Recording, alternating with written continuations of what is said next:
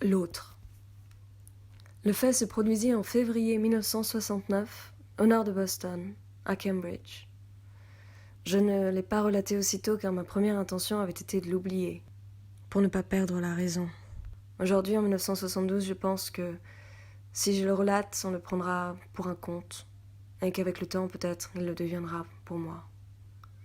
Je sais que ce fut presque atroce tant qu'il dura, et plus encore durant les nuits d'insomnie qui suivirent. Cela ne signifie pas que le récit que j'en ferai puisse émouvoir un tiers. Il devait être 10 heures du matin. Je m'étais allongée sur un banc, face au fleuve Charles. À quelques 500 mètres sur ma droite, il y avait un édifice élevé dont je ne sus jamais le nom. L'eau grise charriait de gros morceaux de glace.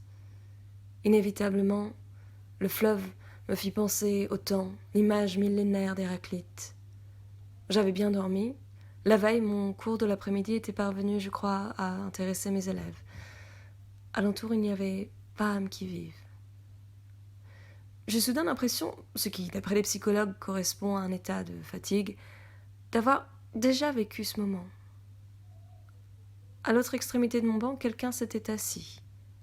J'aurais préféré être seule, mais je ne voulus pas me lever tout de suite pour ne pas paraître discourtois. L'autre s'était mis à siffloter. C'est alors que m'assaillit la première des anxiétés de cette matinée. Ce qu'il sifflait, ce qu'il essayait de siffler, je n'ai jamais eu beaucoup d'oreilles, était la musique créole de la tapera d'Elias Rigules. Cet air me ramena à un patio qui a disparu et au souvenir d'Alvaro Median Lafnour qui est mort depuis si longtemps. Puis vinrent les paroles, celles du premier couplet. La voix n'était pas celle d'Alvaro, mais elle cherchait à ressembler à celle d'Alvaro. Je la reconnus, avec horreur. Je m'approchai de lui et lui demandai « Monsieur, vous êtes uruguayen ou argentin ?»« Je suis argentin, mais depuis 1914, je vis à Genève. » Telle fut sa réponse. Elle mit un long silence. Je repris.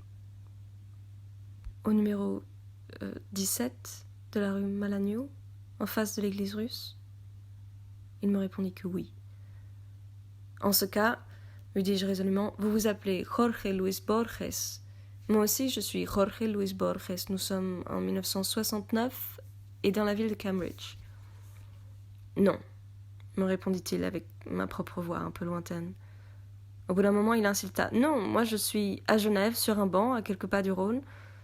Ce qui est étrange, c'est que nous nous ressemblons, mais vous êtes bien plus âgé que moi, vous avez les cheveux gris. » Je lui répondis, « Je peux te prouver que je ne mens pas. Je vais te dire des choses qu'un inconnu ne pourrait pas savoir. À la maison, il y a un maté d'argent avec un pied en forme de serpent que notre arrière-grand-père a ramené du Pérou. Il y a aussi une cuvette d'argent qui pendait à l'arçon. Dans l'armoire de ta chambre, il y a 2 rangées de livres. Les 3 volumes des Mille et une nuits de Lane, illustrés d'eau forte et avec des notes en petits caractères entre les chapitres. Le dictionnaire latin de Kishra, la Germanie de Tacite en latin et dans la traduction de Gordon.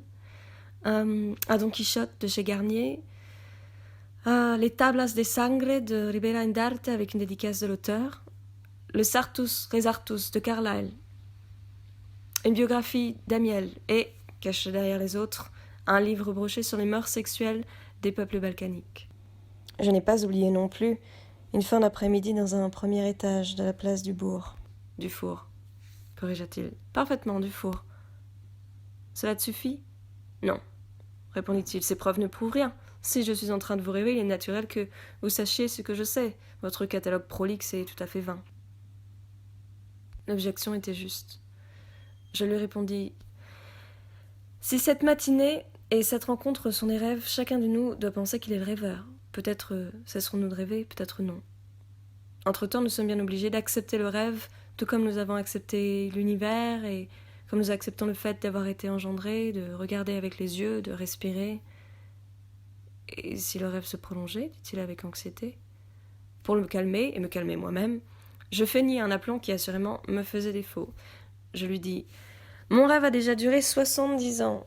En fin de compte, quand on se souvient, on ne peut se retrouver qu'avec soi-même. Ce qui est en train de nous arriver. À ceci près que nous sommes 2.